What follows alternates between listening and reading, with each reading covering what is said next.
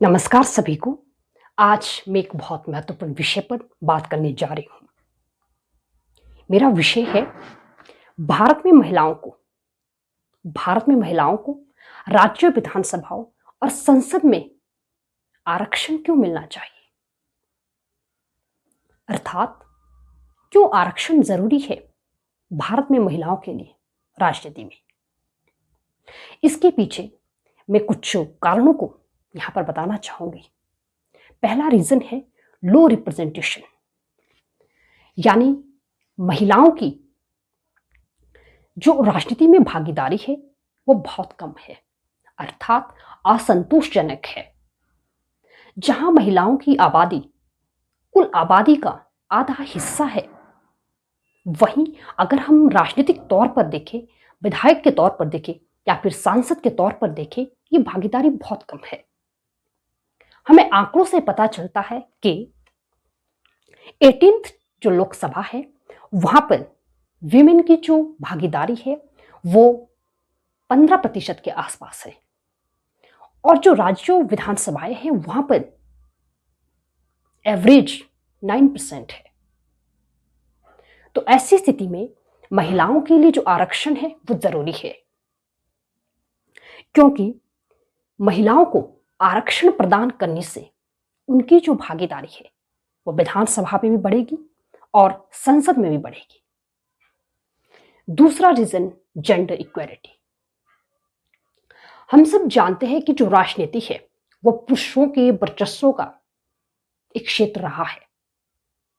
यहां पर वर्षों से पुरुषों का दबदबा रहा है, महिलाओं की कम भागीदारी रही है।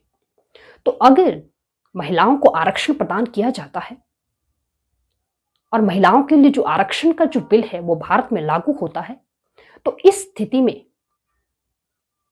जो जेंडर इक्वालिटी है वो राजनीति में स्थापित होगी, यानी कि महिलाएं ज्यादा से ज्यादा पॉलिटिक्स में पार्टिसिपेट करेंगी। तीसरा रीजन विमेन एम्पावरमेंट। हम अक्सर ये बात करते हैं कि महिलाओं का सशक्तिकरण हो, और सरकार का भी यही नारा रहता है कि महिलाओं का सशक्तिकरण बहुत आवश्यक है। लेकिन जो महिलाओं का सशक्तिकरण है वो सही अर्थों में तभी हो सकता है जब महिलाओं को डिसीजन मेकिंग प्रोसेस और जो लॉ मेकिंग प्रोसेस है वहां पर उनको इंक्लूड किया जाता है। यानी कि जब महिलाएं कानून निर्माण की प्रक्रिया में भाग लेगी, उनके हाथ में एक डिसीजन मेकिंग पावर होगा, तभी वो सही अर्थों में सशक्त होगी। भारत में महिलाओं के लिए जो आरक्षण है वो इसीलिए भी जरूरी है क्योंकि महिलाएं जब कानून निर्माण की प्रक्रिया में शामिल होगी तो एक समावेशी कानून का निर्माण होगा, और समावेशी जो विकास है वो राष्ट्र का होगा। एक और रीजन है गुड लीडरशिप क्वालिटीज। महिलाओं में अक्सर ये देखा गया कि उनमें नेतृत्व की एक भावना होती है, नेतृत्व के उनमें गुण होते हैं। हमने अपने देश में भी देखा कि हमारे देश में बहुत ही प्रभावशाली विमेन लीडर हुई, जैसे कि श्रीमती इंदिरा गांधी जी, श्रीमती सुषमा स्वराज जी। और एक और चीज हमने ये भी देखी है कि जब लोकल जो बॉडीज है, ग्रास रूट लेवल पर जब वीमेन के लिए 33% आरक्षण का प्रावधान किया गया, तो महिलाएं घरों से बाहर निकले।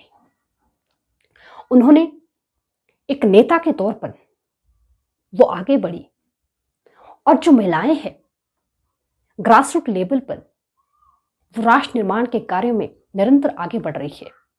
पूरे आत्मविश्वास के साथ महिलाओं ने यह साबित कर दिया है कि वो एक अच्छी नेता भी हो सकती है।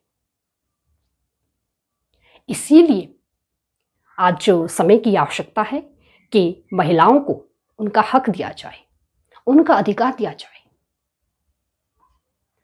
सत्ता पक्ष और विपक्ष को, या फिर सत्ता पक्ष और विपक्ष का ये नैतिक दायित्व है कि वो देश की आधी आबादी को उसका अधिकार दे, उसका हक दे, और जो नारी शक्ति वंदन अधिनियम है उसको देश में जल्द से जल्द लागू करे। इन्हीं शब्दों के साथ मैं अपनी वाणी को विराम देना चाहूंगी।